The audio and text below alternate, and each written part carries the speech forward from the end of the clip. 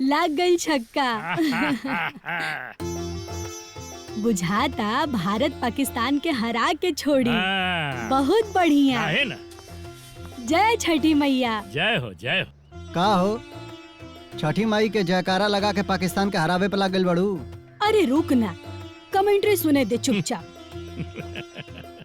अरे बेटा शिव जी 3 दिन बाद छठ हो, चल जा घाट पर और हर साल की तरह सब व्यवस्था करा था। देखा भाई, समाज के काम में जे योगदान देला ना, समाज वही की याद करेला बेटा। हाँ वही जात रानी है बाबूजी। अच्छा माई, लिस्ट बना दी है कि बाजार से काका सामान ले आवे के बाटे, आवत घरी ले ले आई। ठीक है बेटा। ए भैया, लिस्ट तो ऑलरेडी बन चुकल बा, बस एको सामान भुलैया मत। अच्छा हाँ। बहन होके तो तोरा नियन। सुनन ना बेटा, आवते समय ना गुड्डू वाला के बोल दी है कि काल सवेरे 4 किलो दूध पहुंचा दी हम। ओ का दूध पहुंचाई माई, हमरे के ले आवे के पड़ी, ले आ देब सवेरे। ठीक बा।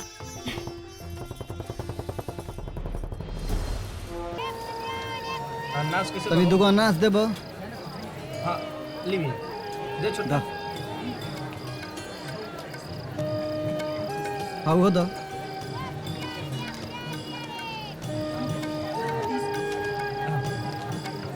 आई दौरिया देखा था हो। हाँ ये ठीक बा। हाँ ये दौरी ठीक बा। ला और कुछ ले ला।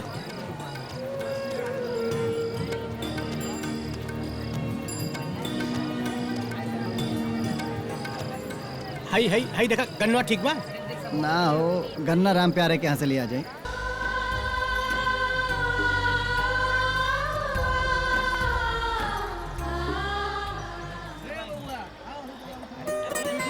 बुलेट रानी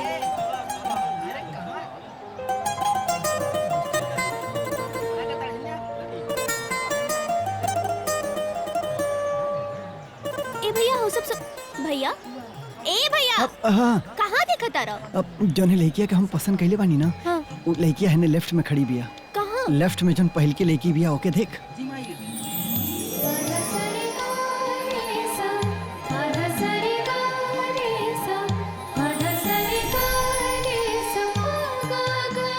इहे पसंद दिया भैया। हाँ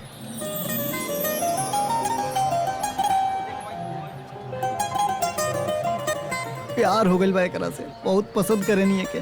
सच्ची में देख ना देख।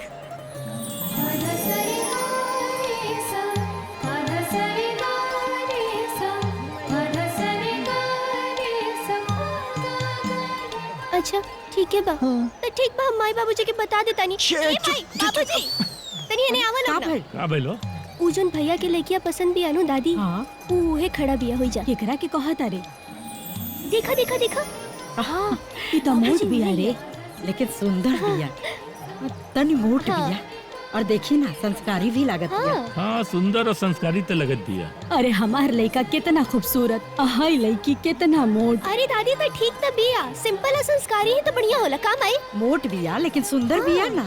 अब जाए दा भाई, तू लोग कहा तरू लो तो हम ए, सेट हो जाता नहीं। भाई जाए दे। और जो लड़किया खड़ा बिया नु जा, अब उनका के जल्दी से हमार भाभी बना दो।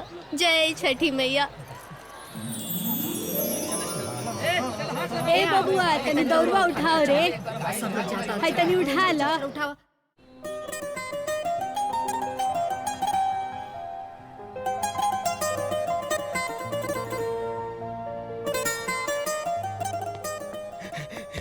शिव भाई, शिव भाई, भाई।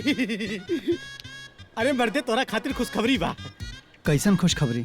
अरे गुरु, जौना लड़की के तू दिल से प्यार करेला ना, ओकर पता हम लगा ले लेवानी। कहा बात करता? रामपुर गांव के दशरथ बाबू के बिटिया हाँ। और ओकर नाम आरती है। और तौर भोलेनाथ कितना बड़ पुजारन है हाँ। कि हर सोमवार भोलेनाथ के मंदिर जाके जल चढ़ावेली। ओके। और आज कौन दिन है? सोमवार। तो जरूर आई जल चढ़ावे। अरे तू हिसाब किताब लिख लिए। हम जाता नहीं। अरे देखा देखा संभाल के।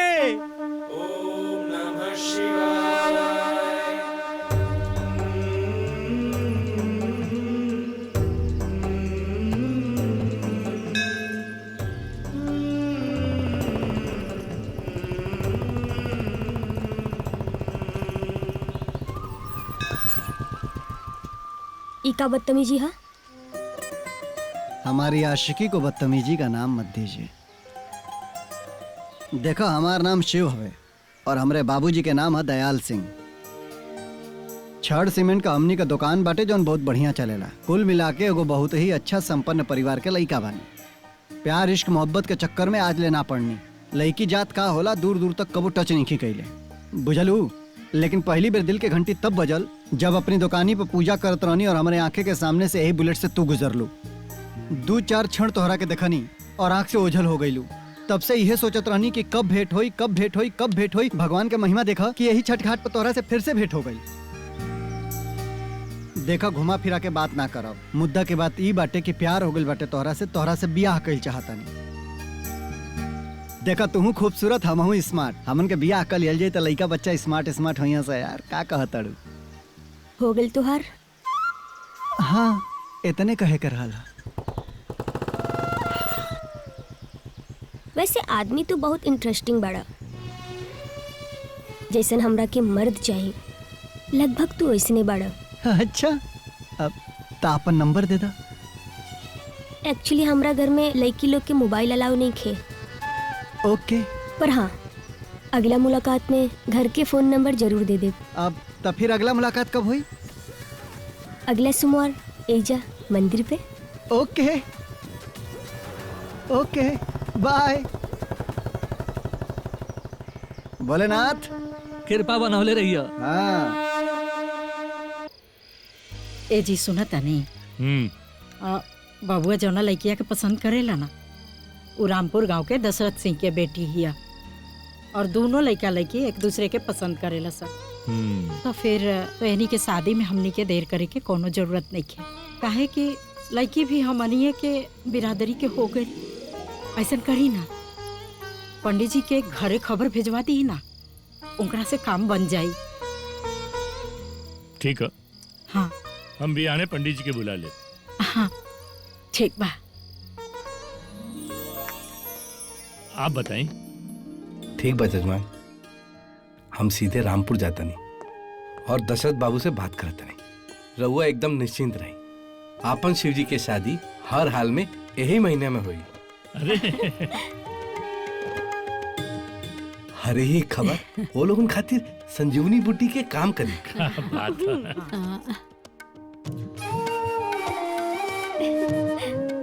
हमके आज्ञा दी।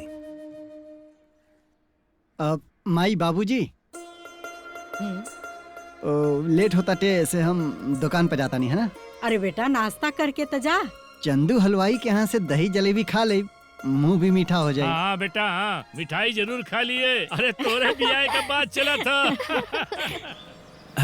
बताइए ना पंडित जी का बात बा? अरे बात ही बा, कुशीनगर के जौन दयाल बाबू बने ना, जी जी, उनकर लड़का शिव हाँ रौरी लड़की के पसंद कर ले बा। आ उ लोग रौरी लड़की से ब्याह कई चाहता। अच्छा। हम तो कहता नहीं जितना जल्दी हो सके रउआ चल के फरिया ली। अरे पंडित जी अब काल करे सो आज करे, आज करे सो अब। रउआ साथे बानी नु जी। चलिए अब चल चलता नहीं। ड्राइवर गाड़ी कुशीनगर की तरफ मोड़ा। चला। आई जी पंडित जी तना जी आपका इतना तारीफ करत रहन, जी सुन के आनंद आ गई। इता आपका महान कहली भाई एक दिन दर्शन करा था आपका। जी जी बैठिए पंडित जी। हाँ बैठिए। आइए महाराज। आई और बताइए। एकदम बहुत बढ़िया बा, बहुत बढ़िया बा। राउर लड़का घरे बाड़न नु? शिव जी। हाँ हाँ हाँ बाड़न ना। तनी बुलाई ना। शिव जी, ए शिव जी बेटा तनी बाहर आवा। हाँ जी लेके आओ तनी। आओ बेटा। आओ तो बेटा। जी जी उनकर महतारी भी है। जी आओ। जी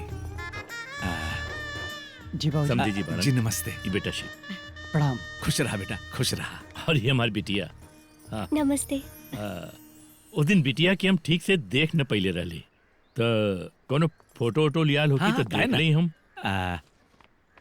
हाँ ये देखिए।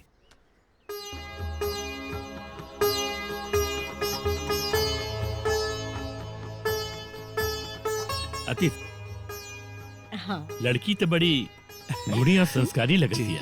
हैं? चल ठीक, हमरा के तो लड़की एकदम पसंद पिया। जी का बेटा? ठीक है ना? जी ठीक है, हमरे तरफ से तो रिश्ता पक्का समझी। बाकी अब लेन देन क्या करे के हो यहू बता देती तो।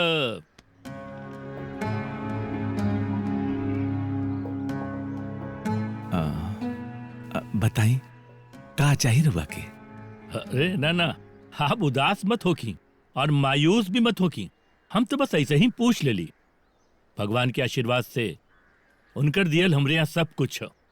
कमी रहे तो हमरे परिवार में एक गुणी और संस्कारी बहू के आपके लड़की के देख के लगत हो वह पूरा हो जाए। बाकी पंडित जी। जी जजमान। लगन के बारे में बतावल जाई। ए महीना के 11 तारीख बहुत शुभ दिन बा। एकरी बाद 3 महीना तक कोनो दिन नहीं खे। तो ठीक है, 12 तारीख मतलब अब 10 दिन रह गलो है ना? हाँ। और जाइए आप ब्याह की तैयारी करी। लेन देन के कोनो बात नहीं है। हाँ। बस लड़की हम जी जी बहुत बहुत धन्यवाद जी। प्रणाम। नमस्ते जी।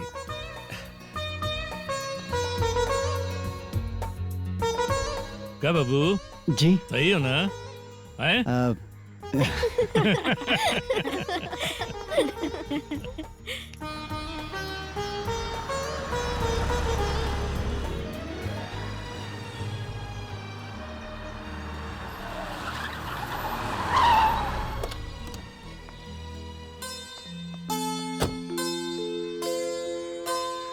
सुना ताड़ू हो?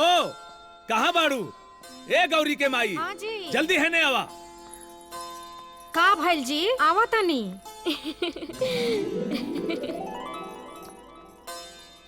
ए बिटिया लोग तो लोग आवा। हाँ बाबूजी। का बात बाजी काहे इतना खुश बानी? कुछ बताए? हम धन्य हो गए। छठी माई हमनी के प्रार्थना स्वीकार कर ले। महादेव जी के साक्षात कृपा हो गई। अरे साफ साफ बताए रोरे का कहल चाहतनी? कुशीनगर के दयाल बाबू बाड़े, उनकर बेटा शिव जी बाड़े। वो हमने के बेटी गौरी से ब्याह करे खातिर तैयार हो गई बाड़े। हाँ।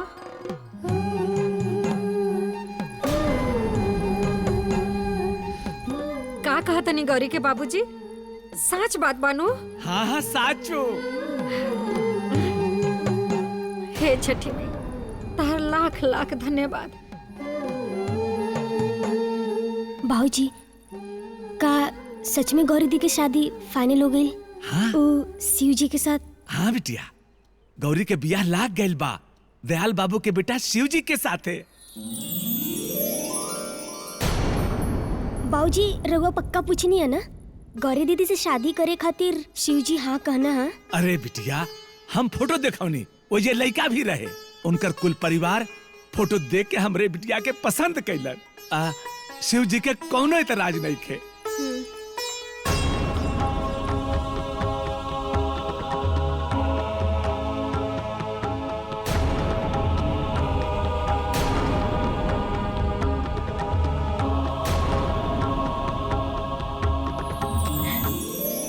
आज हमरा खातिर सबसे बड़ा खुशी के दिन बा।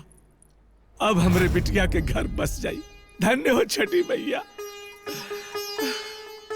गौरी के बाबूजी रौरा आज बहुत बड़ खुशखबरी लेके आयल बनी। रुके मुंह मीठा करे खातिर नु हम गुड़ पानी लेके आवत तनी। शिव जी, शिव जी।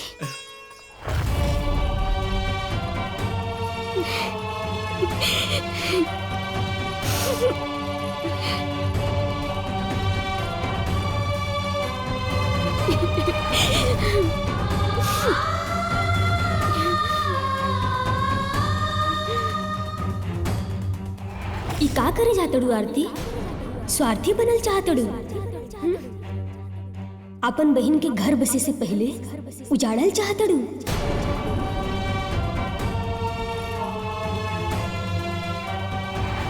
अरे तू तो सुंदर बाड़ू, तोहके हजारों लड़का मिल जाइहन, पर एक बार सोचा गौरी के का हुई? 8 साल से ठुकरावल जा रहा बिया बेचारी, और सदमा में तोहर बाबूजी के पहले ही हार्ट अटैक आ चुकल बा।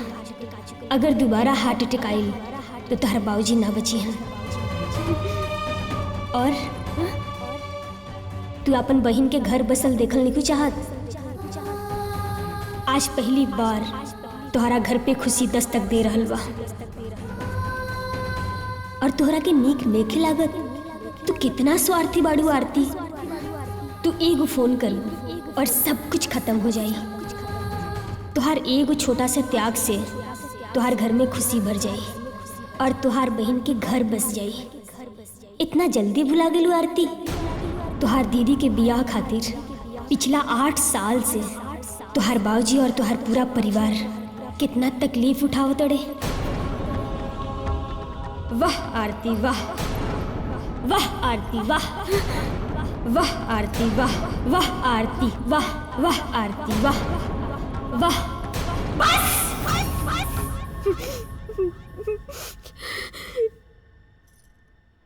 हमेशा ना होके दे, हमेशा ना होके दे।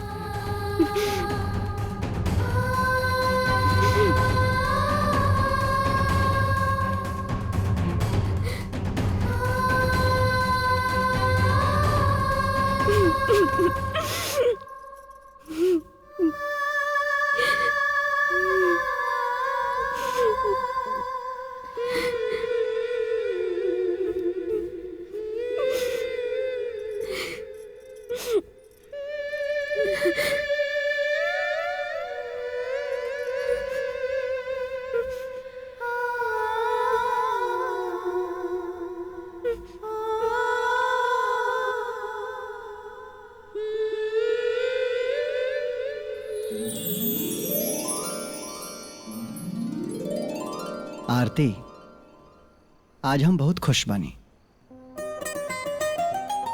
हम कभी ना सोचले रहनी कि जौना लड़की से हमके पहला नजर में प्यार हो जाए, वही लड़की के साथे हमार मंडप इतना जल्दी सजी। हम दुनिया के ना खुशनसीब लोगन में से एक बानी जगरा के ओकर प्यार मिल रहल बाटे। I love you Aarti, I love you.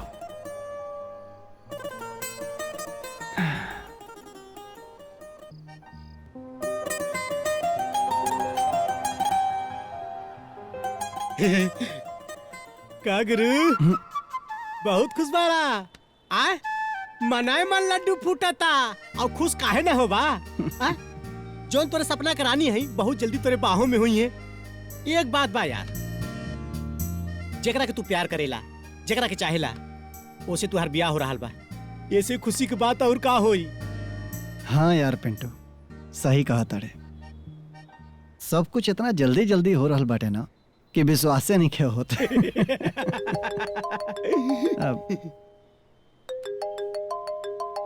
बाबूजी के फोन है, देख ला।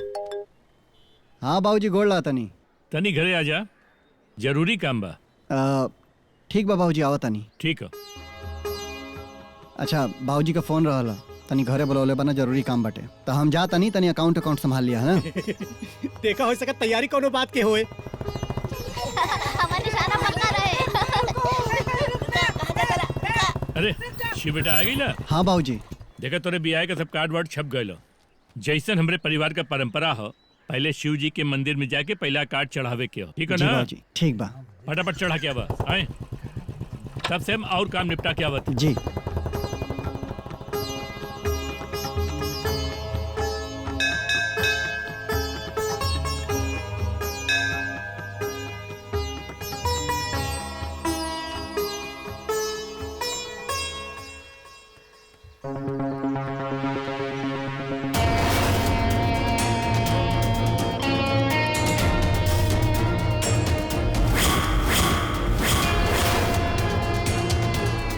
शिवजी संग गौरी।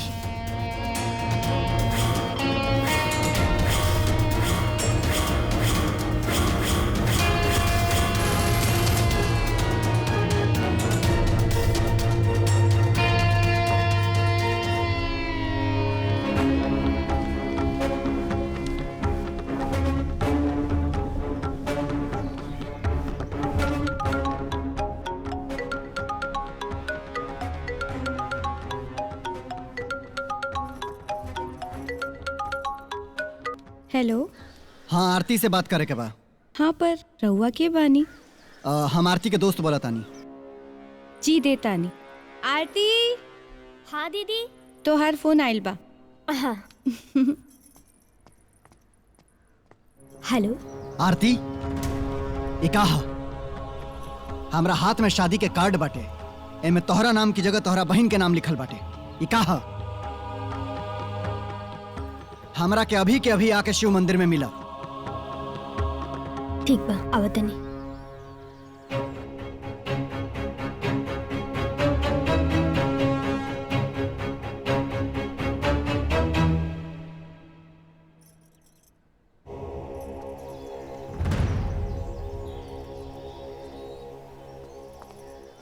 आरती, ई का ह? ब्याहे के कार्ड पर तोहरा नाम की जगह तोहरा बहन के नाम बाटे। हमार ब्याह तोहरा से होता टे कि तोहरी बहन से? ई कौन खेल खेल रहल बड़ू तू हमरा साथे? बतावा हमसे। गौरी दीदी से बियाह करे खातिर तू ही ना हाँ कहले रहला। जब वही दिन बाबूजी तोहरा घरे गलन तब फोटो में गौरी दीदी के तू ही देख के पसंद कैले रहला। अरे ई सब तोहरा मर्जी से होता। ई कुल झूठ बा। अरे वो फोटो में हम तोहरा के देख के बियाह खातिर हाँ कैले रहनी, तोहरा बहन के ना। और वैसे भी प्यार तो हम तोहरा से करेनी, तो तोहरा बहन से बियाह कैसे कर सकतानी? हम बियाह करब तो सिर्फ और सिर्फ तोहरा से बियाह करब। वाह, ये विधाता के कैसन खेल बा। इतना बड़ गलती। तो तू रोवत काहे के बाड़ू? अरे चलो घरे साफ सब कुछ बता दिया जाओ। चलो ना, अब कुछ नहीं हो सकत। परसों बियाह कार्ड छप चुकल बा, पूरा गांव में कार्ड बढ़ चुकल बा। अब कुछ नहीं हो सकत। हम तो हर पैर पड़ा तनी। शिव जी, ये रिश्ता टूटे मत दो, ना तो सब कुछ खत्म हो जाए। ए गांव समाज में हमारे बाबूजी मुंह दिखावे के लायक ना रहियन। हमार गौरी दीदी की जिंदगी बर्बाद हो जाए। हमारे बाबूजी के पहले ही हार्ट अटैक आ चुकल बा। अगर दोबारा हार्ट अटैक आई ना तो सब कुछ खत्म हो जाए। हमार बाबूजी जिंदा ना रहियन और हम तो एगो लड़की हैं। हम अपना बाबूजी के मरे के कारण नहीं की बन सकत। हमार गौरी दीदी की का गलती बा जे 8 साल से ठुकरावल जा रहल बड़ी? बस इहे कि वो मोट बाड़ी। का मोट लड़की कुल के जेले के हक ना होला? ये रिश्ता टूटी ना, ये गांव समाज के बदनामी हमरा बाबूजी के तबाह कर दी। तो के ही शादी करे के पड़ी, वरना एक साथ कई जिंदगी तबाह हुई। अगर हमरा बाबूजी के कुछ भी भइल ना तो हम जिंदा ना रहब। अब सब कुछ तोहरा हाथ में बा। तोहरा के हमर लाश देखे के बा कि हमर बहन के घर बसत। तो एक ही मतलब तना भइल ना कि केहू का बियाह केहू से धोखा से करवा दिया जाओ। हम तोहरा बहन से नहीं बियाह कर सकत। बस शिव जी, करे के तो पड़ी शादी। अगर तू हमरा से सच्चा प्रेम करेला ना तो वो प्रेम के सौगंध। परसों बियाह बा, तो के बारात लेके आवे के पड़ी। अगर तू बारात लेके ना आई बना तो हमरा घर में एगो अर्थी ना दू गो अर्थी उठी। पहला हमार और दूसरा हमरा बाबूजी के। और हाँ, हमरा घर में केहू के ना पता चले के चाहिए कि हमने के एक दूसरे से प्यार कैले रहनी।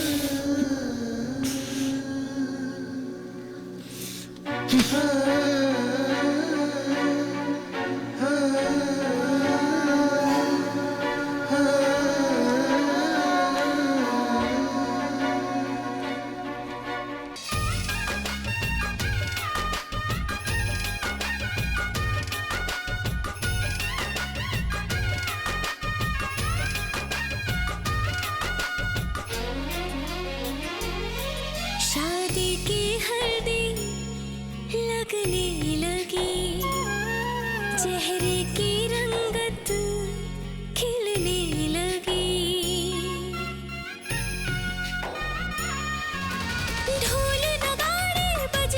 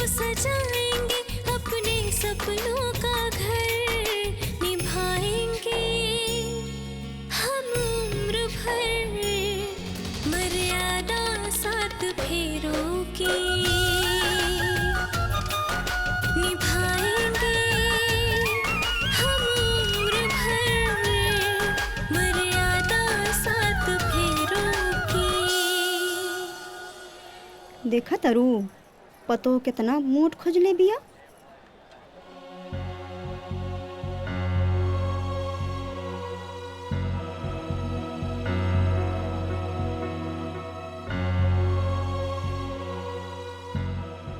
गौरी, आज से हमनी के जीवन के नया शुरुआत होके जा रहल बा, और नया जीवन के शुरुआत अगर सच के साथ होके तो जीवन में आए वाला दुख और परेशानी सहला के शक्ति बढ़ जाला। और हकीकत ही बाटे कि हमें बियाह खातिर तैयार ना रहनी है। हमार बियाह तोहरा साथे जबरदस्ती करावल गइल बाटे। हम केहू और से प्यार करे नहीं गौरी।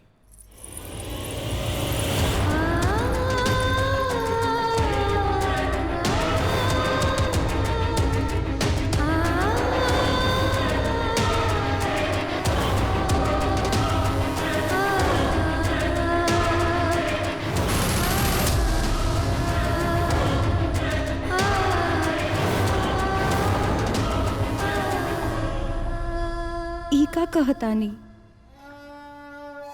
ई ब्याह तो राउर पसंद से भइल बा। पसंद ना, गलतफहमी और धोखा। प्रेम के धोखा और कसम के जंजीर में बांध के हमारी शादी करावल गइल बा। और हम पागल कसम के लाज बचावे खातिर, कसम के मर्यादा रखे खातिर चुपचाप ही बियाह कर लेहनी। पर एगो बात जान लिया गौरी, हमें बियाह से खुश नहीं की।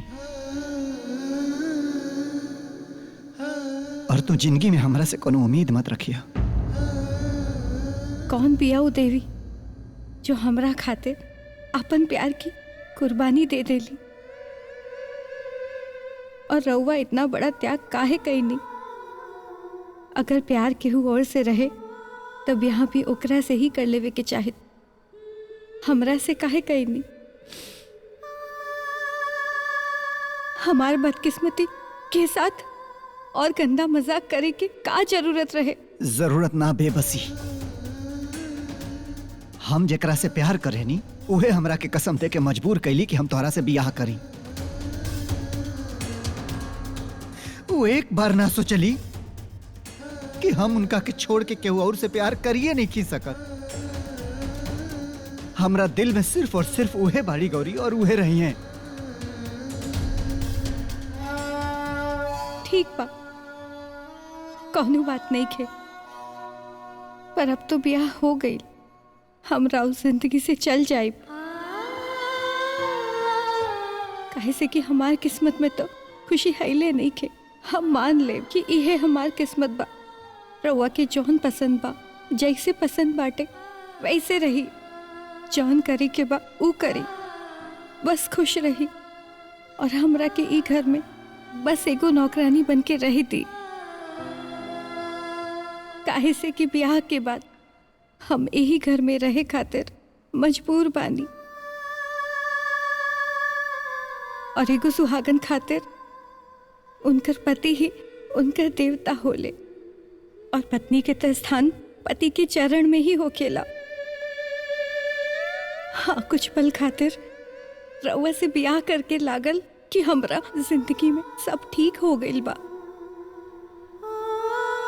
पर ना, असली अग्नि परीक्षा तो हमार अब शुरू भइल बा।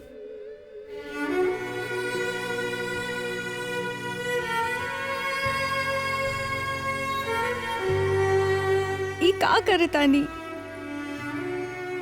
तू यही जा सुत जा, हम नीचे सुते जाता नहीं। रउआ भी कमाल है। दुख के पहाड़ हमारे कलेजा पे धर के अपने ही घर में बेगाना बने जाता नहीं। ई ना हुई, दुखियारी तो हम बानी। रउआ ऊपर सूत जाए, हम नीचे सूत जाए। वैसे भी पत्नी के स्थान पति के चरण में ही होला।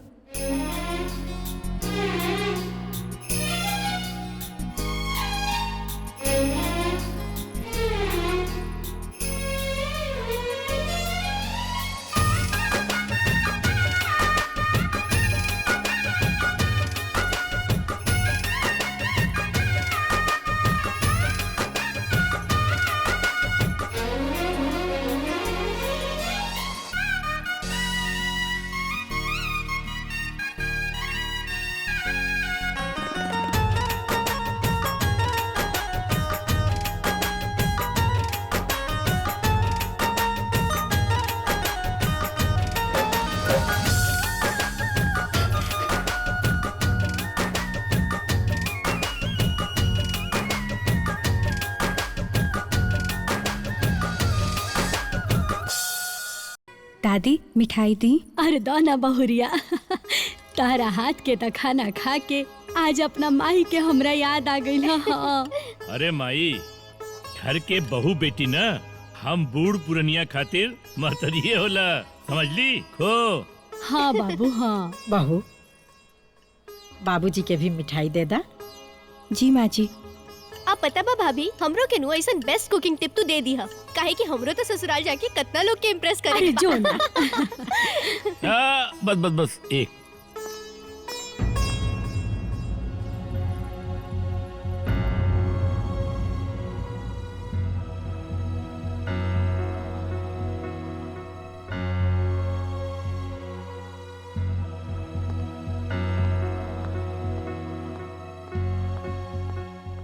दिन भर काम करके ना थक जाता हमार बबुआ।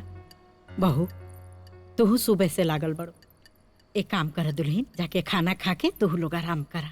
हाँ बेटा जा। जी माँ जी। हाँ। जाता नहीं। जा जाता नहीं, मन से खिया दी हा उनका के। अरे माई खैबी? खाते नु बनी। खा ठीक से।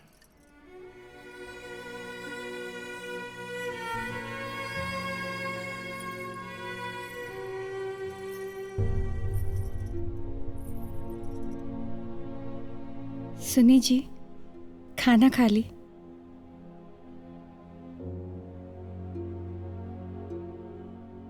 भूख नहीं खे हमके, और हमके ही फालतू के हमदर्दी दिखावल पसंद नहीं खे। हमार बस चले तो हमरा जिंदगी में और एक घर में हम तोहरा के देखल ना चाहब।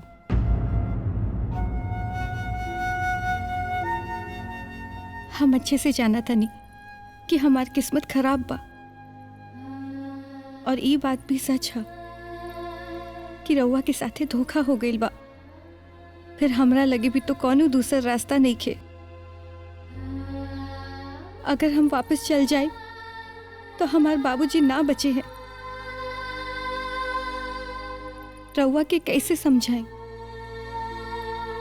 ए जी, रउआ जौन पसंद बा ऊ करी। समझ ली, राउर ई खाना राउर मेहरारू ना, एगो नौकरानी लेके आयल बिया, खा ली।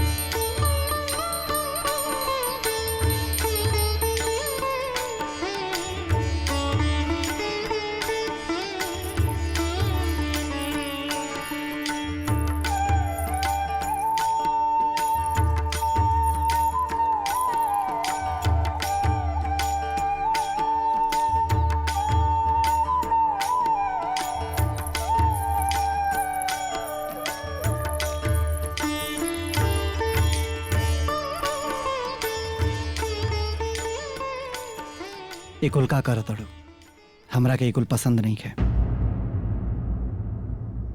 जाना तनी, पर ई सब त हमार जरूरत बाटे।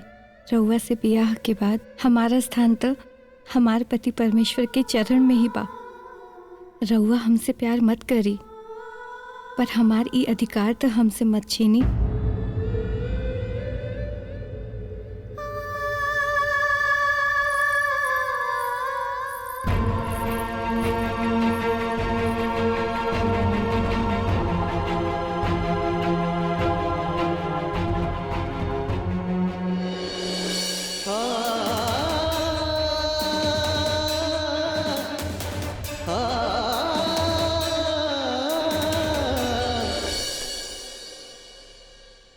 गीता, नाश्ता ले आओ गीता।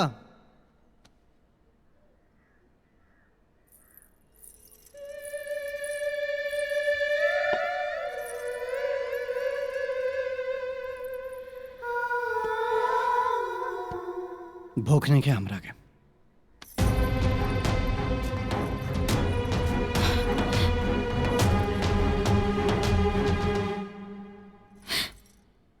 हमार गुस्सा रउआ नाश्ता पे काहे निकाला तानी? हम कहनी ना, हम बस एगो नौकरानी बानी ए घर में। राते भी रउआ कुछ न खैनी, खा ली।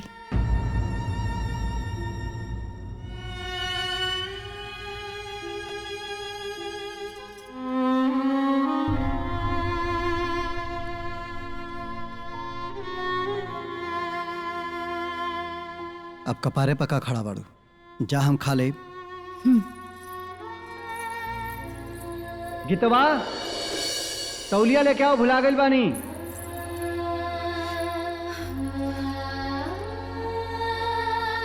तौलिया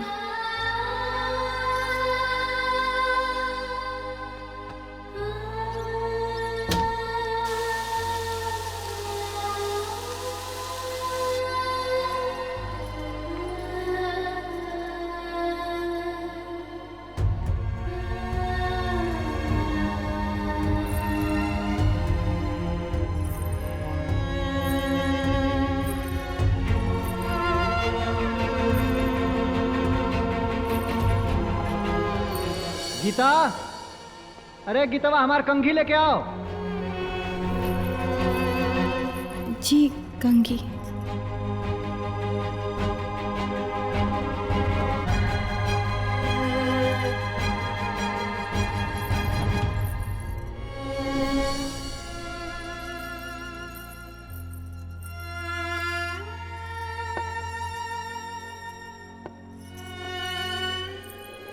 गीतवा, हमार जूता लेके आओ, दुकानी पे जाए के बाद लेट होता।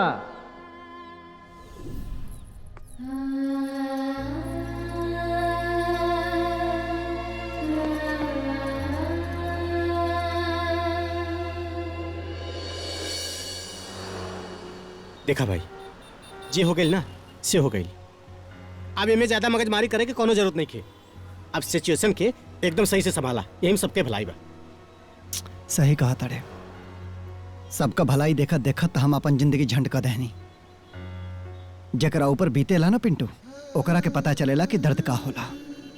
बाकी फ्री में ज्ञान बांटल बहुत आसान बाटे। ये ज्ञान अपने पास रखा। अब ठीक बा, अब ना देव ज्ञान। अब अच्छा बात बताओ, में बुरा लाग जाला लोगन के।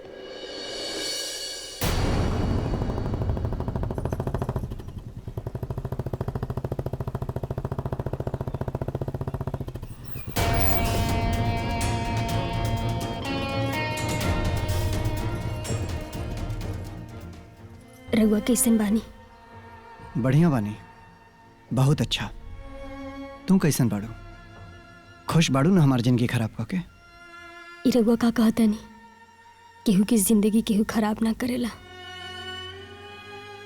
जिंदगी खराब कैल और बनावल सब कुछ अपना हाथ में होला।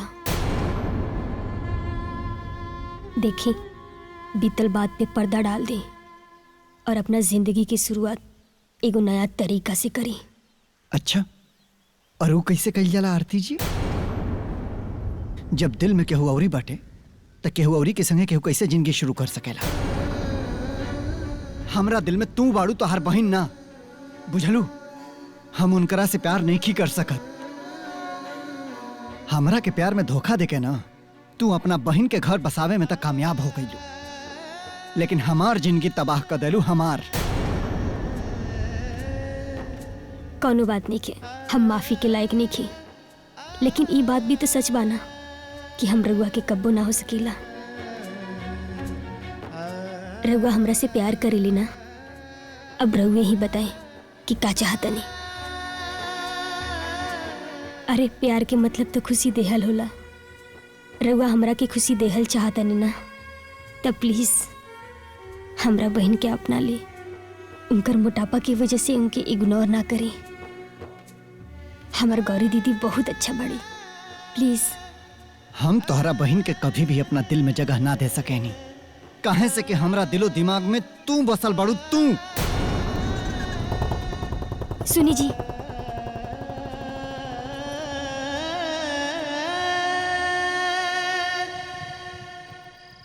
अब कब तक दबाइबू? इतना रात हो गई। अरे अम्मा जी, अभी तक शिव जी ना आयल। अरे त आ जाई है, काहे घबराता रू? पता ना इतना रात तक कबो बहरा ना रहल, कैसे रह गई।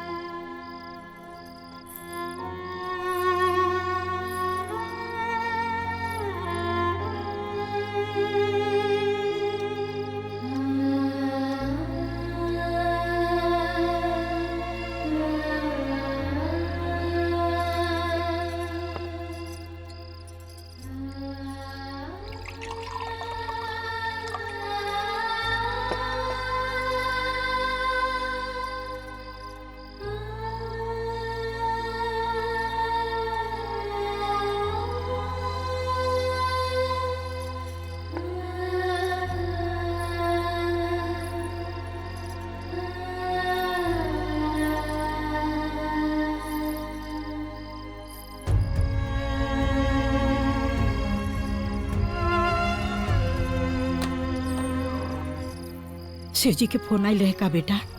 ना माँ जी, अभी तक तो नहीं खन आयल। ठीक बा, तू जाके सुत जा, वही हम हम देख ले। ठीक बा बेटा? जी माँ जी। जा।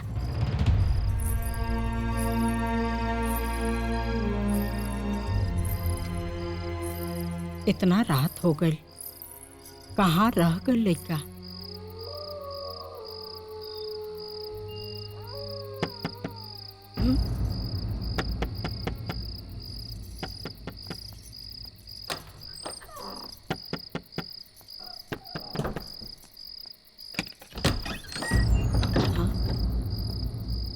तू इतना देर तक कहाँ रहला हा बेटा? एगो काम रहल हमारी। तोहार बियाह हो गइल बा, ये तोहरा पता बा ना? आ बियाह भइला के बाद इतना देर तक बाहरी ना घूमे के चाहिए। बहू तोहार कब से इंतजार करतिया। देख बेटा, हमनी के सब खाना खा ले बनी। जा जा, तू दोनों लोग खाना खा ले बेटा, जा।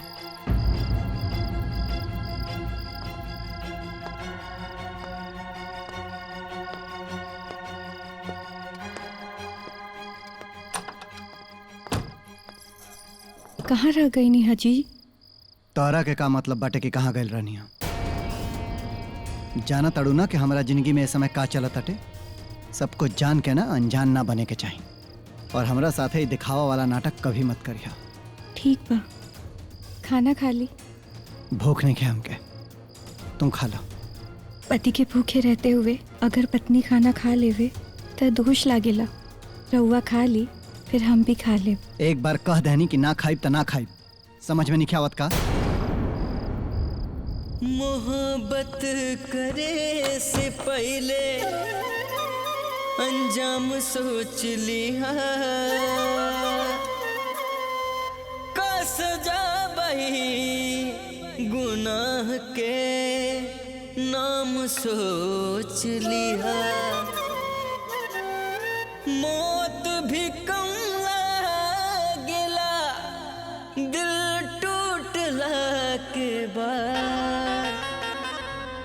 इससे बढ़िया होखे कोनो इनाम सोच लिया।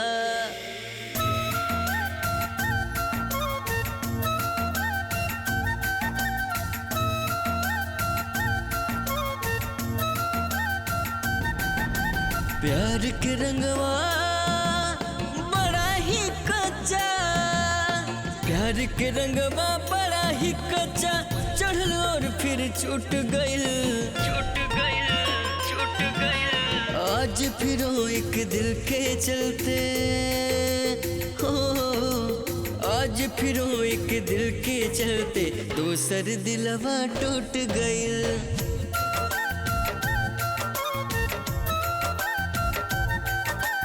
आज फिर एक दिल के चलते दूसर दिलवा टूट गई।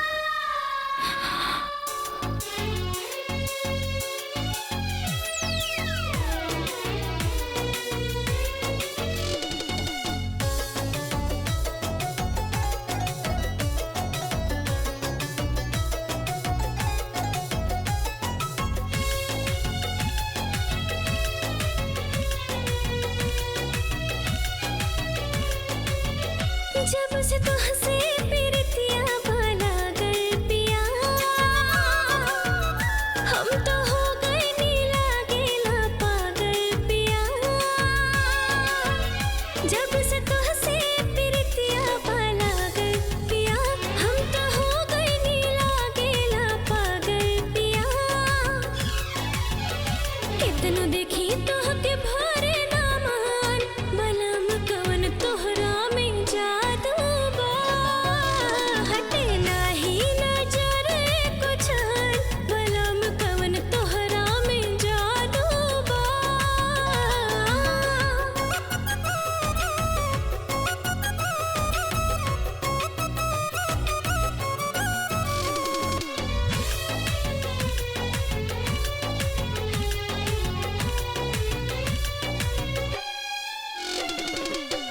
बतिया तुम्हारी हमनवा लुभावे, रही रही प्यार धन तोरा पे आवे।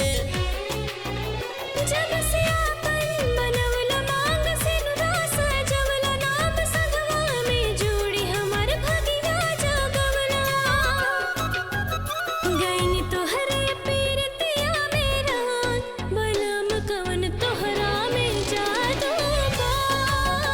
कितनो देखी तोहके भरे ना मान, बलम कवन तोहरा में जादू बा।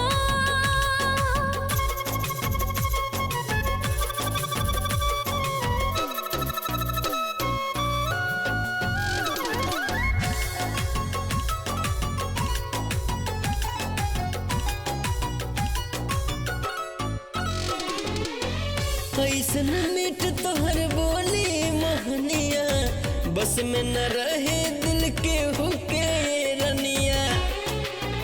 लाज हमके बड़ी लागे बात बोले कौन आगे, धड़के जियरा हमार हमसे तेजलो है भागे। सिहर लागे हमारा अंग, बलम कवन तोहरा में जादू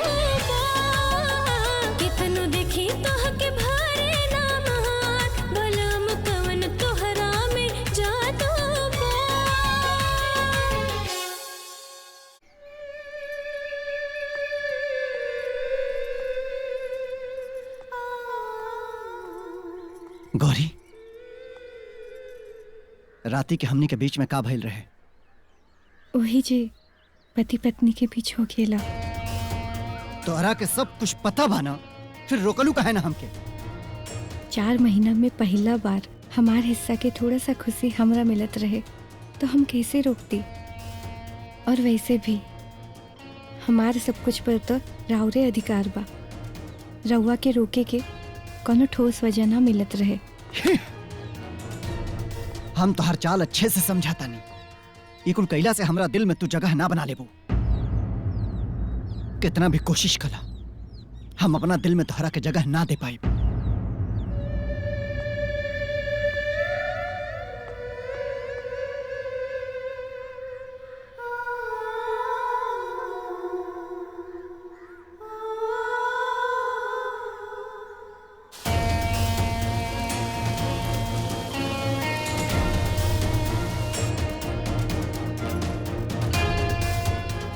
अरे शिव बेटा, अरे नाश्ता कर लावा। भूख नहीं खे हमके। हाय देखा तारा। वाह हो गए लेके कहा ऐसा करत हो? बिना नाश्ता करे तो कब्बो न जात रहे। बहू।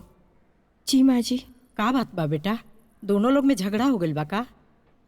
ऐसन कोनो बात नहीं खे माँ जी, बस इनकर खुशी की वजह बने में अब तक हम नाकाम बानी। सुना बहुरिया, कौनो बात होखे नु तो तू हमसे बतावा, हम शिव जी से बात करब। ऐसन कोनो बात ना बा दादी। ए बेटा, कोई भी रिश्ता बचावे खातिर बहुत चीज से अनदेखा करे के पड़ेला। वैसे भी तू ई घर के बहू बाड़ू। शांति के बाद घर का सारा जिम्मेदारी तोरे पर बा, है ना? अगर शिवजी तोरा के कोनो बात कह देले होंगे तो ओकरा के दिल पे मत लिए बेटा, है ना? जी बाबूजी। हाँ, नाश्ता कर लावा। ना बाबूजी।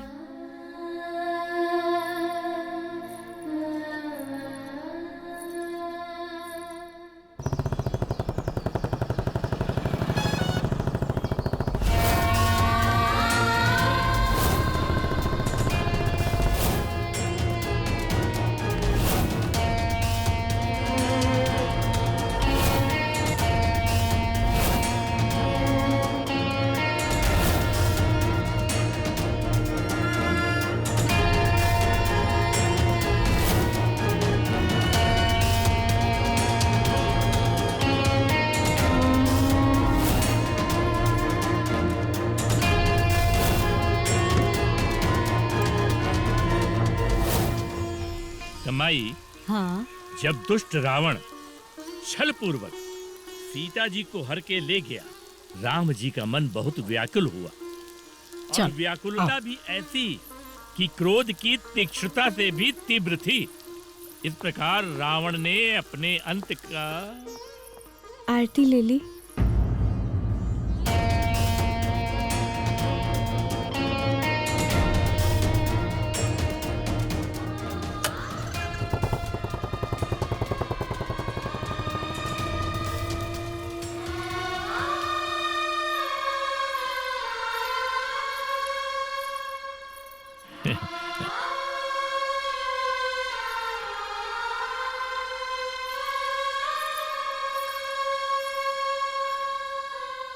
बंद करई रामायण।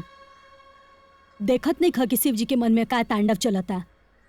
हारे माई, कुछ महीना से हमो देखत है कि शिव जी बहुत गंभीर बाड़न। का हो?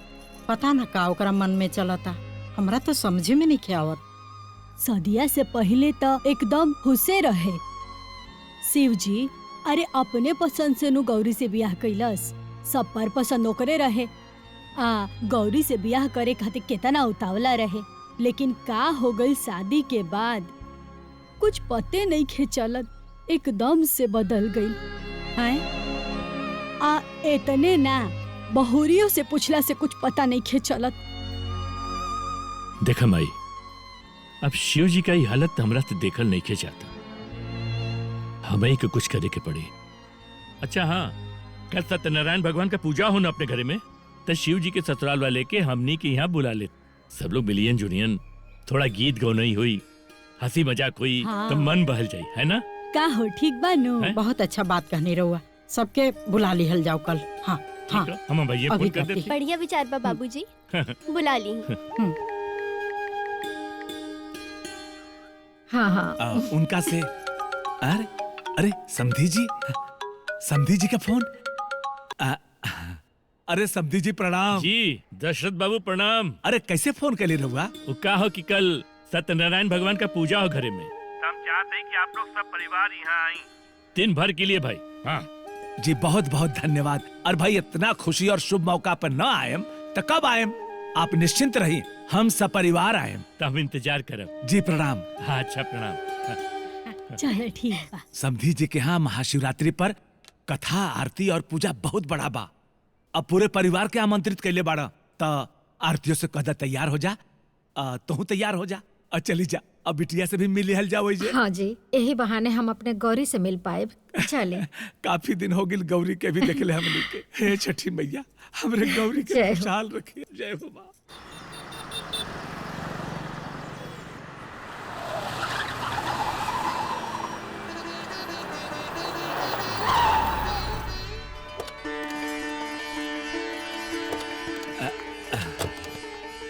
प्रणाम प्रणाम प्रणाम। आइए, आइए। जी जी नमस्कार समधन जी। चलिए जी खुश रह, खुश हाँ, रह। खुश रह बेटा, खुश रह। खुश रह। चलो बेटा अब अब हाँ चलो माई प्रणाम। ठीक बानी। हाँ चले। पूजा के तो बहुत बढ़िया तैयारी हो गई बा।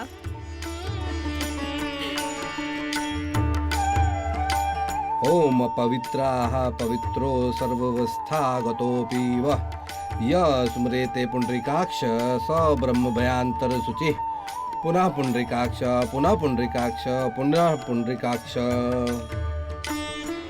शान्तिकाक्ष समूनवस्थमानः।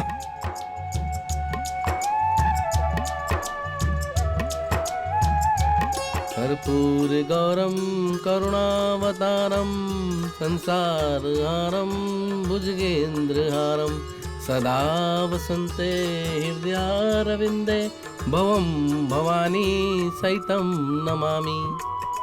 तमेव विद्याद्रविणं तमेव सर्वं मम देवदेव। ओम नमः भगवते वासुदेवाय नमः।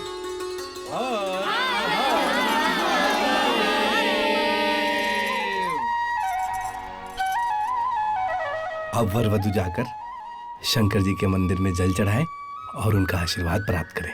ठीक है पंडित जी। ये बेटा जा बहुरिया के लेके चल जा और शिव मंदिर में जल चढ़ा के आ जा, ठीक है ना? जा। जी बाबूजी। हम चलत आनी, आप दोनों जना जाके आशीर्वाद ले ले।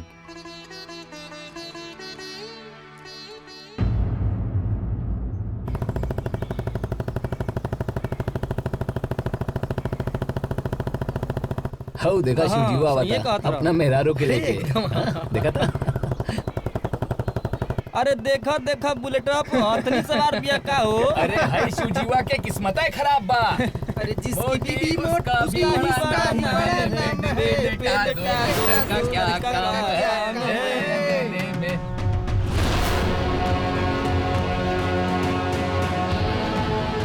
मेरे अंगने में तुम्हारा क्या काम है। अरे इतना मोटी मेहरारू के लेके चुनाहे की जरूरत नहीं है रे सुआ।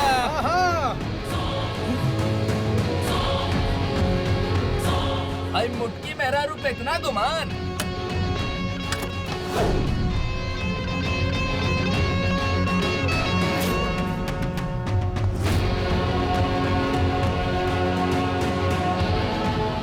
का कहले अरे? मटकी तो कहानी है।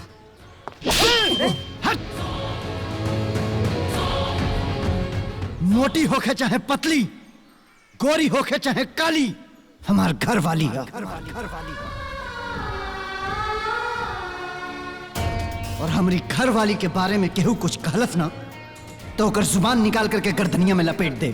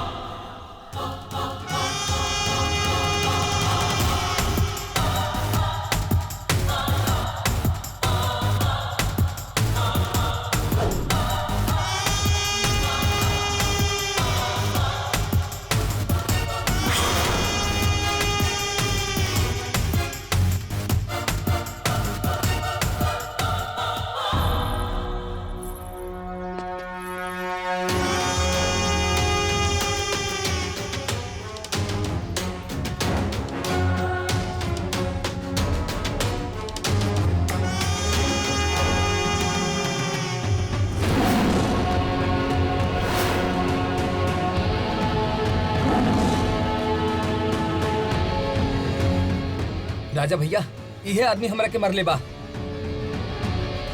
तोहर हिम्मत कैसे भइला रे हमरा भाई के ऊपर हाथ उठावे के? लागत तू हमरा के चिन्ह लेना।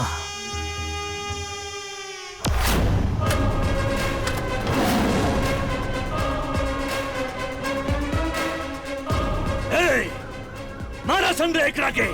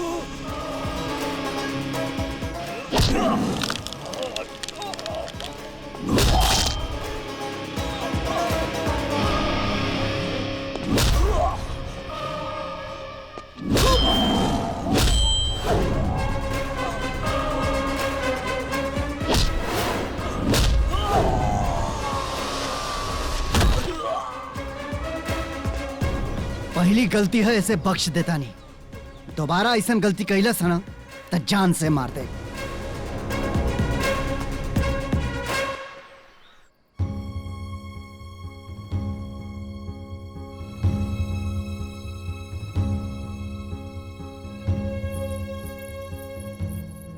ए जी हाथ मुंह धोली, खाना लावतानी। गौरी हम पहले ही से बहुत परेशान बनी, हमरा के और परेशान मत करो।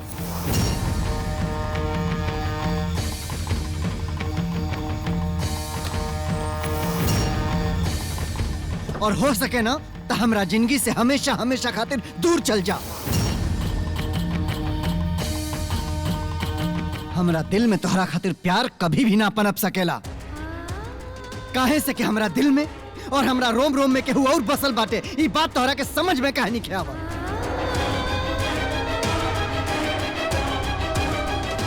परेशान हो गए बनी तोहरा के झेल झेल के, हम और नहीं की झेल सकत।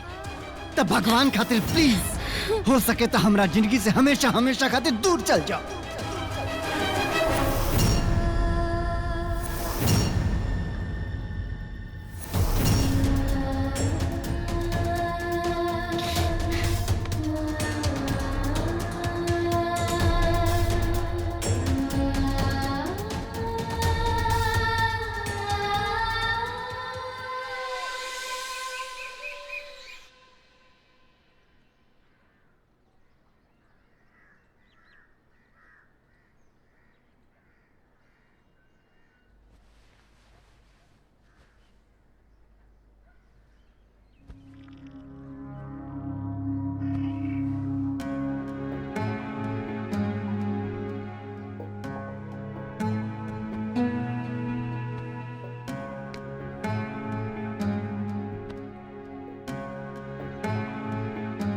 यार राती के गुस्सा में बहुत कुछ बोल देनी गौरी के ना बोलल चाहत रहे। आखिर वो बेचारी की का गलती बाटे।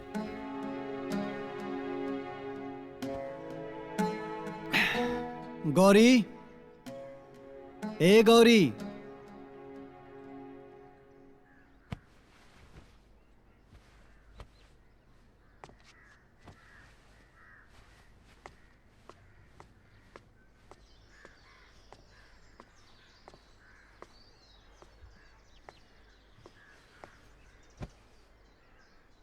गौरी कहाँ बड़ी?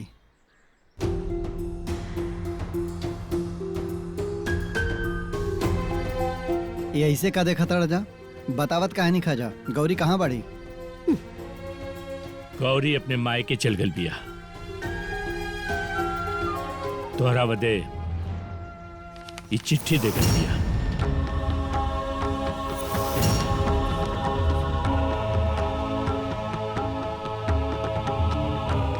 ब्याह खातिर लंबा इंतजार के बाद रउआ संग शादी रचा के बहुत उम्मीद से एक घर में आयल रहनी हम कि एको पत्नी के सबसे बड़ कोशिश यह रहेला कि ऊ अपन पति के खुश रखे।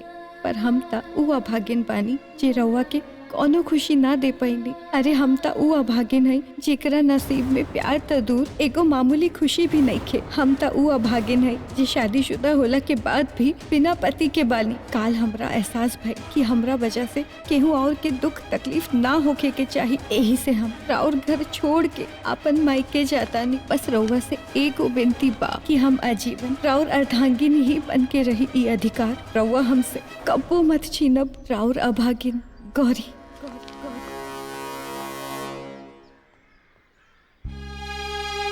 गौरी, ये सब तो ठीक बा बेटी, लेकिन तहरा ए तरह अपन पति के घर छोड़ के नहीं आवे के चाहत रहे। माई, अब हम उनकरा के और तकलीफ नहीं खी देहल चाहत। यही से हम आ गई नी। वैसे भी हमारे तो जन्म ही भइल बा सबके तकलीफ देवे खातिर।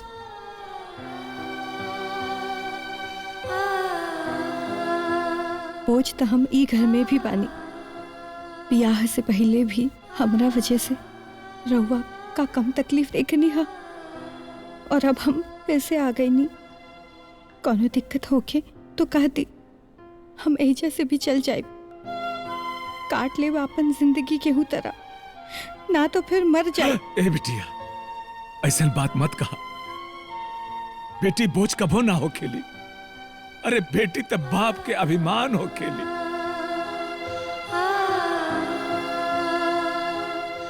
सुना, ये भूल जा, तुम भूल जा। कहीं जरूरत नहीं खा जाए के तोहरा। ये घर तहार हो। आखिर हमरा भी तो चाहिए केहू देखभाल करे वाला। अगर ऊपर वाला के यह मंजूर है तो यह सही।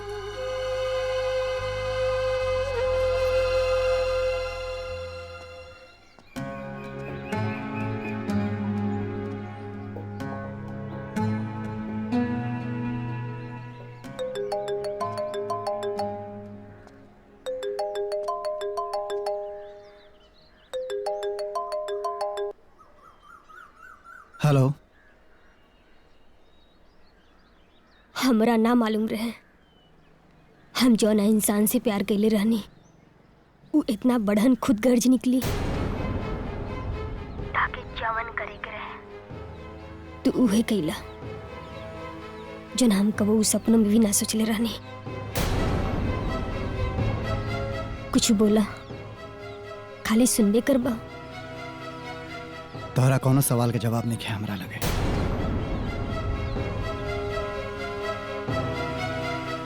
हेलो हेलो,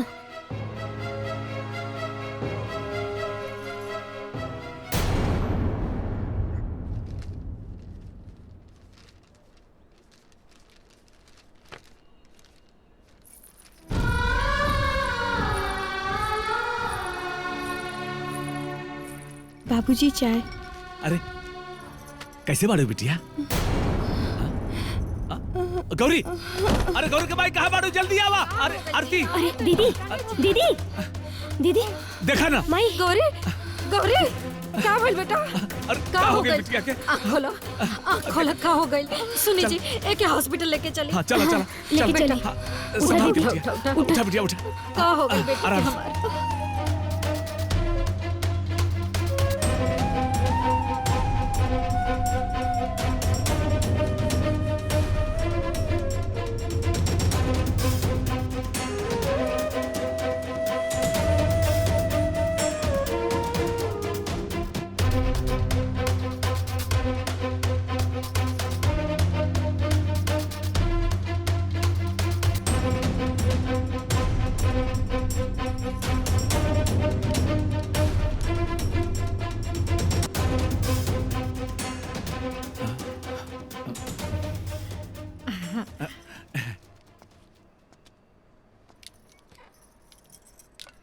का हाल बा डॉक्टर साहब, सब ठीक बा नु? सब ठीक है, बधाई हो, आप दोनों नाना नानी बनने वाले हैं। का?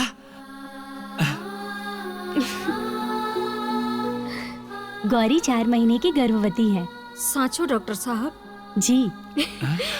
अरे वाह माई, तू नानी बन गई और हम मासी बन गई नी। हे छठी मैया, सब बहुत अच्छा कैले बाड़ू तू, तार कोटि कोटि धन्यवाद।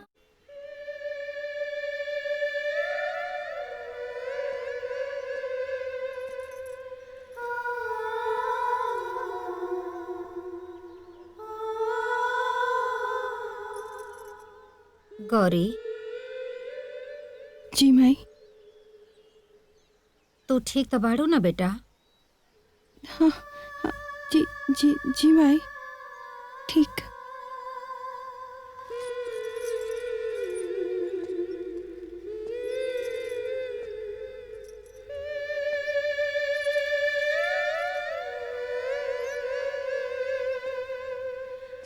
गौरी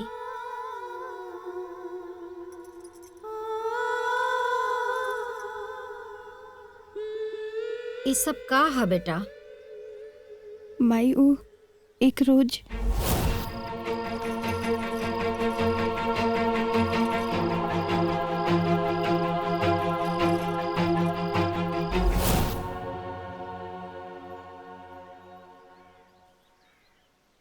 गौरी, दामाद बाबू के ये बात हमने के बता देवे के चाहिए। का पता ये खुशखबरी सुन के वहां के मन बदल जा। ना माई, केहू के कुछो कहे की जरूरत नहीं के। जेकरा के अपन ब्याहे स्वीकार नहीं के, ओकरा के लइका बच्चा से कोनो खुशी ना मिली। हम अगर बच्चा के जन्म दे सकीला तो ओकर पालन पोषण की क्षमता भी बा हमरा में। बस केहू के कुछ पता न चले के चाहिए।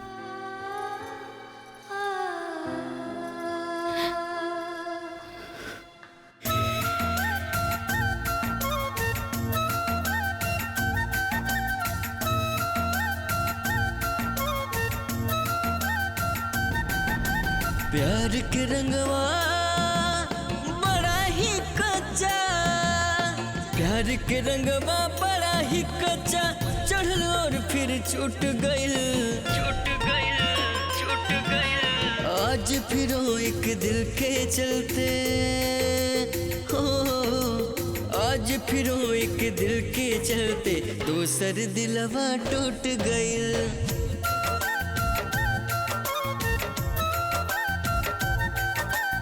आज फिर एक दिल के चलते दूसर दिलवा टूट गई।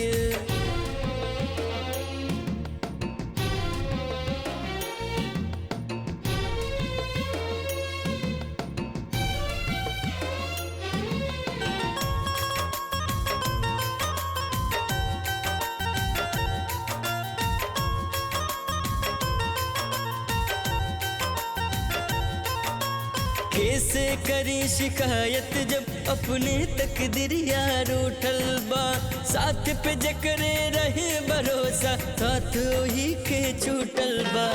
दिल में बसे वाला ही आके दिल के नगरिया लूट गइल, आज फिर एक दिल के चलते दूसर दिलवा टूट गई।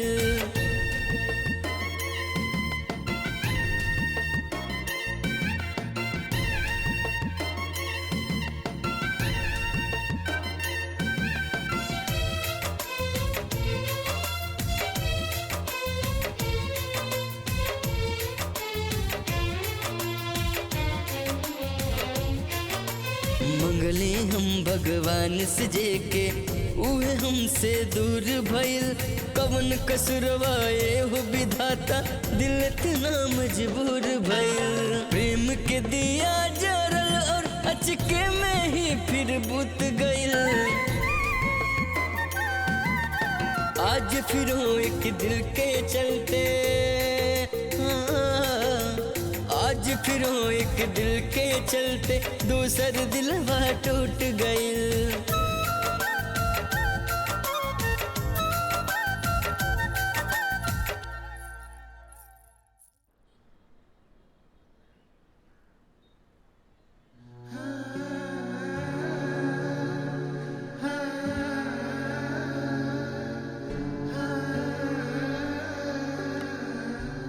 हम कहे के फोन करें? घर छोड़ के वो गइल बाड़ी, उनका के फोन करे के चाही? हम ना फोन करब उनके।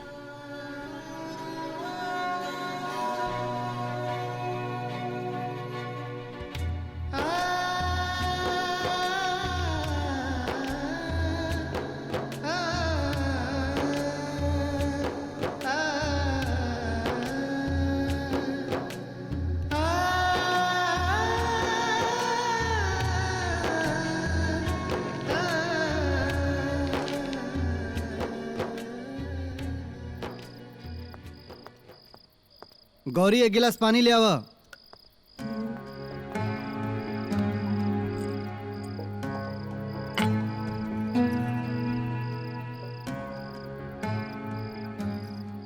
दा।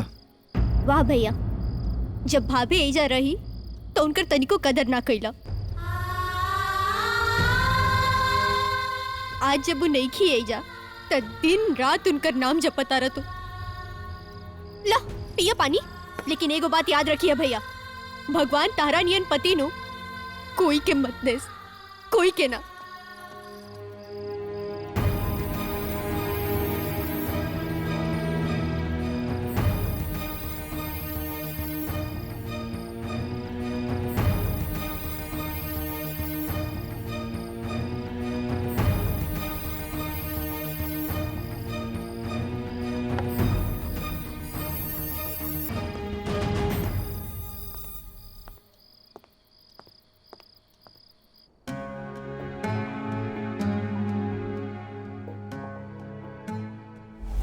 रउआ भी कमाल है।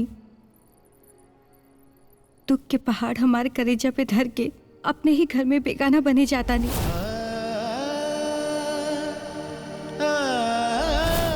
समझ ली, राउर ई खाना राउर मेहरारू ना एगो नौकरानी लेके आयल बिया।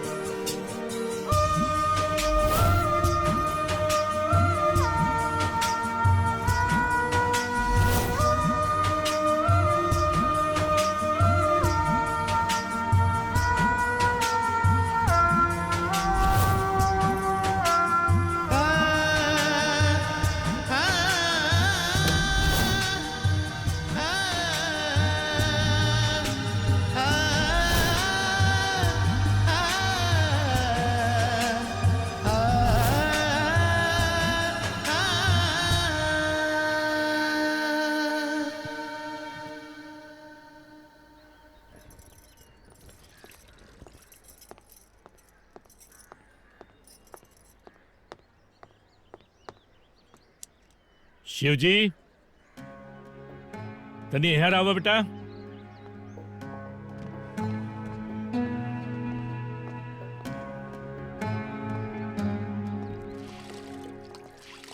देखा का हो कि तोरे निजी जीवन में जौन कुछ भी चलत था हम ओकरे बारे में तो कुछ न कहा। बाकी अगर सब कुछ ठीक हो जाए तो ये परिवार खातिर बहुत अच्छा हुई। वैसे भी 2 दिन बाद छठ बा, हर साल की भांति। जी बाबूजी, वही जात रानी है। ठीक है बेटा, आरती ले ला।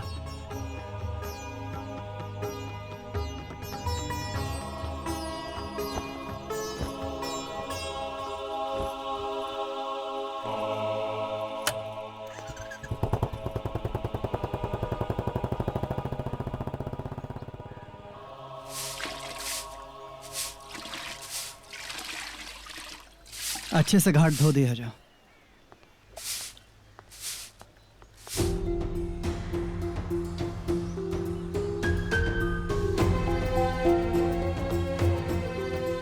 गौरी कैसन बाड़ी? दीदिया कैसन बिया? रउआ के का मतलब बा?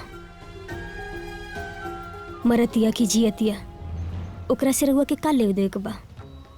रउआ तो अपना धुन में, अपना स्वार्थ में, आपन दुनिया में इतना मगन बानी कि रउआ के मेहरारू कैसन बिया ई कबो जाने की कोशिश ही ना कईनी। ऐसन बात नहीं है आरती। गौरी के गैला के बाद गौरी के कीमत समझ में आई। ऐसन कोनो दिन ना होई, ऐसन कोनो पल ना होई जब हम गौरी के याद ना कैले होगी। लेकिन घर छोड़ के वो गई रहली ना, यही से हम लेवे ना आईनी। अरे ऐसे केहू अपने पति के छोड़ के जाला का? इतना दिन में एक बार जाने की कोशिश कैली का कि उनके बिना उनका पति कैसे बाटे, जिया तटे के मर तटे। अगर इतना ही मिस करतनी अपन मेहरारू के तो लेके जाई ना हमारा दीदिया के। अगर वो गलती कई देली तो राउर का फर्ज बनता? अपन परिवार की छोड़ दे, अपन होके वाला बच्चा के भूल जाए। बच्चा? हाँ, बच्चा। दीदिया 8 महीना के गर्भवती बिया। तू सच कहा तड़ू? सच कहा तड़ू आरती? हाँ, हम सच कहता नहीं।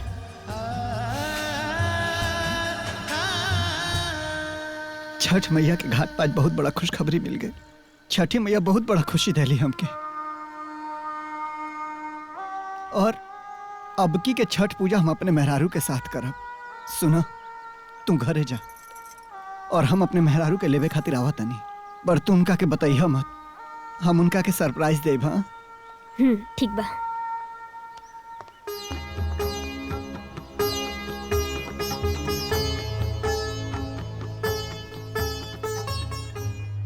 सोचले रहली कि ये बार छठ बहुत धूमधाम से मनावल जाए। बहू का पहली छठ रहे।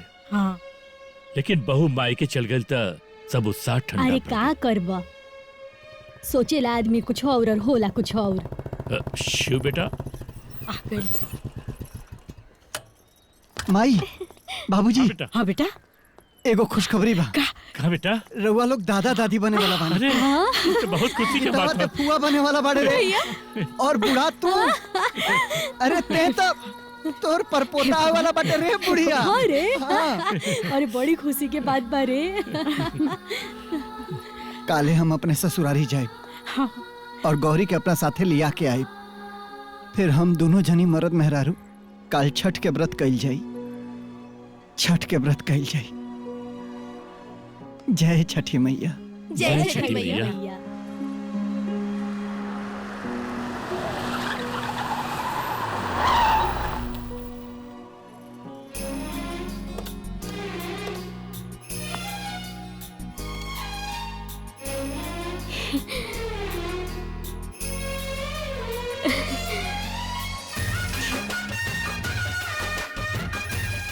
दीदी देखा के आइल बा।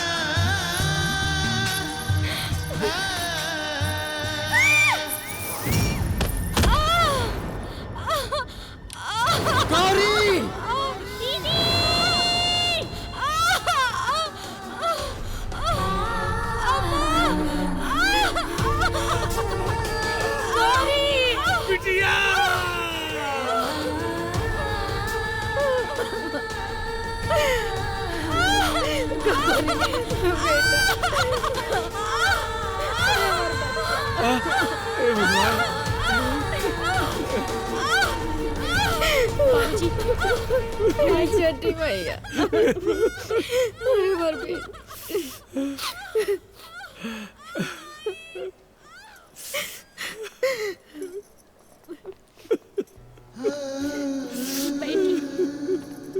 ये छठी मैया सब ठीक करिया, हमारे बेटी के रक्षा करिया।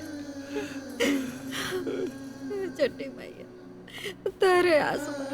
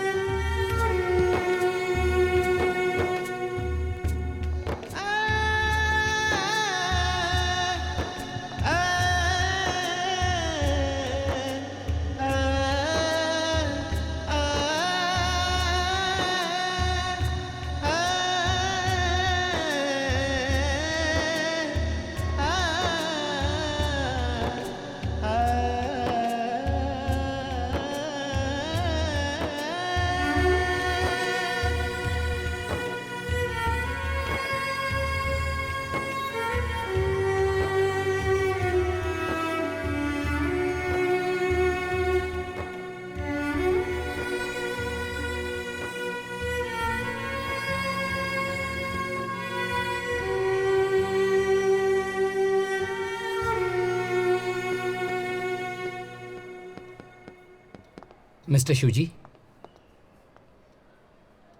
आपका बच्चा पेट में ही मर चुका है।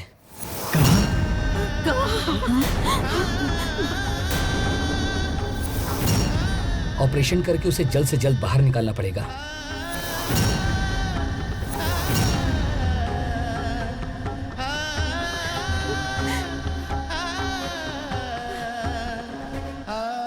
वरना आपकी पत्नी के पेट में जहर फैल जाने से उनकी जान भी जा सकती है। एक कैसन बात करत नहीं डॉक्टर साहब, बच्चा पेट में मर गई?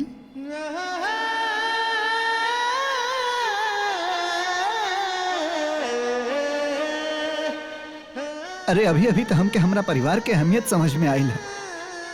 हमार खुशी हमके मिलने से पहले उजड़ जाई। ई ना हो सकेला डॉक्टर साहब, ई ना हो सकेला। हमरे रिश्ता के शुरुआत छठ घाट पर आज के ही दिन शुरू भइल रहे और आज भी छठ के त्योहार हवे।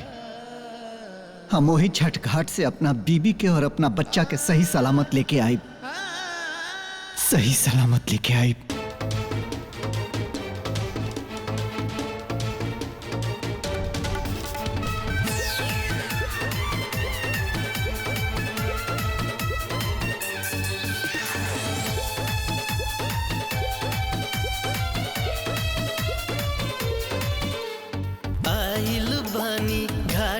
तुहरा सुनल माई फरिया, बेटा के विश्वास न तुरिह करिह न बेहोला। आइल बानी घाट पर तुहरा सुनल माई फरिया, बेटा के विश्वास न तुरिह करिह न बेहोला। जीवन दान दे के करो चमत्कार छठी माई, हवे महिमा तुहार हो अपार छठी माई, हवे महिमा तुहार हो अपार छठी माई।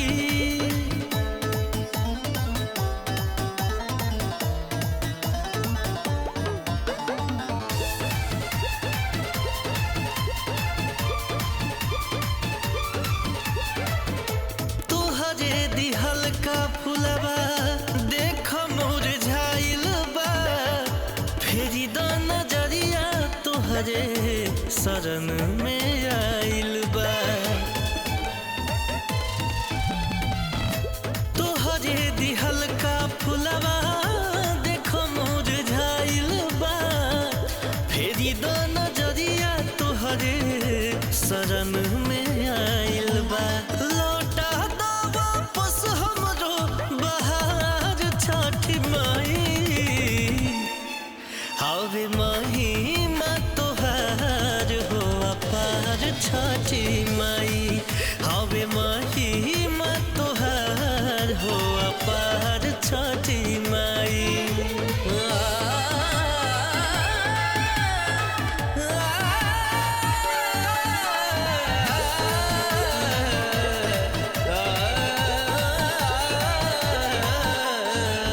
पूरा बेलुआस नहीं करेलू निराश हो मांगो तानी भिखिया माई भर दाना सांस हो पूरा बेलुआस नहीं करेलू निराश हो मांगो तानी भिखिया माई भर दाना सांस हो कृपा के हो सोचो में भंडार छठी माई हवे महिमा तुहार हो अपार छठी माई हवे महिमा तुहार हो अपार छठी माई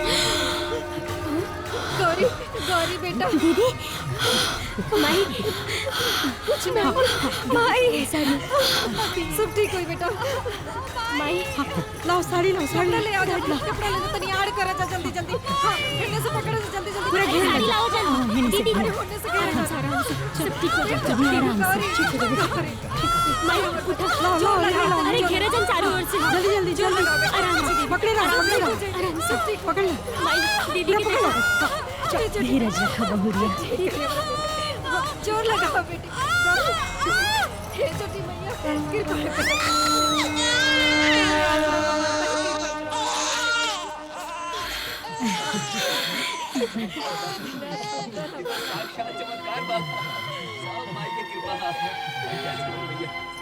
शिव जी तोहार गणेश जी आ गइलन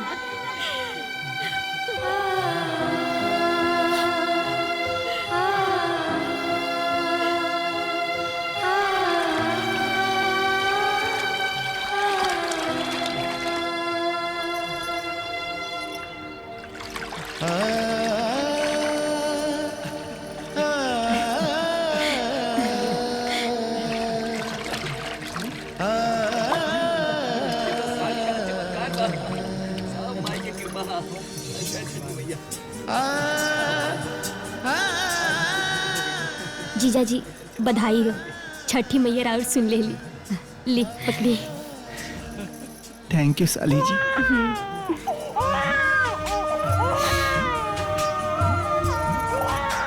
जय छठी मैया जय छठी माई जय हो छठी मैया जय हो छठी मैया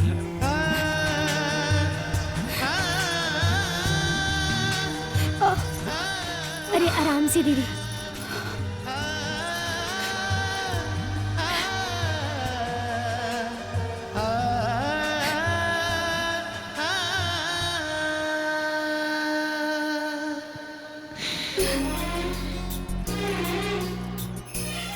देखो काका आप नाना बन गई नी। हम नाना ना दादा बन गईली, नाना ऊपर बनन। सॉरी भैया की जय छठी मैया।